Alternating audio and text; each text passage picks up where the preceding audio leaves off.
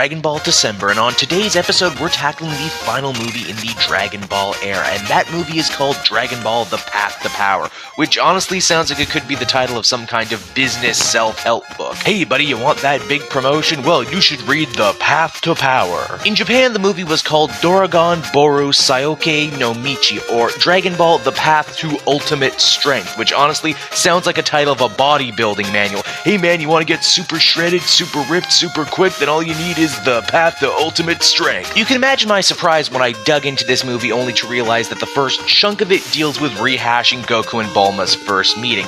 Yes, we only did this dance 2 movies ago, but we get to do it all over again here too. And it's not just Bulma, it's Yamcha and Oolong as well. Also, have I never mentioned that Oolong is dressed like a Chinese military officer and his Japanese name is actually Mao Mao? Isn't that hilarious? Also, I haven't had a chance to talk much about runtimes here in Dragon Ball December, but the last 3 movies I covered were around 40 minutes, but Path to Power is well over an hour, making it feel much more like a movie, even if its runtime is mostly retreaded ground. I'll say this much too, the movie's animation is of a much higher quality than the other ones. On some interesting notes, Goku is wearing an outfit much closer to the one he would don in GT, and Bulma's hair is the same shade of purple as Trunks. That's kind of interesting. The voice cast here is also far superior to anything I've heard up until now. Stephanie Nedloni does a pretty damn good job as young Goku, Brad Jackson is always great as Oolong, and Chris Sabat shows why he is the definitive Yamcha. The villains of the piece we find out to be none other than the Red Ribbon Army, who want to use the Dragon Balls for evil. Of course, many of them have cosmetic differences from the ones that appeared in the show.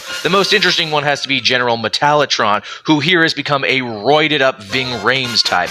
Muscle Tower is in the movie too briefly, but it's shown to be way more high-tech than the one from the show and the manga. I think the most interesting thing the movie does is actually with Android 8, who is here shown to be much scarier than the sweet version we're all familiar with.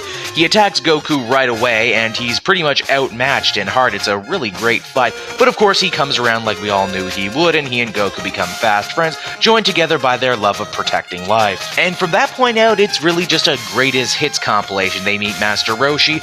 Again, Goku gets the flying Nimbus, again for the second time.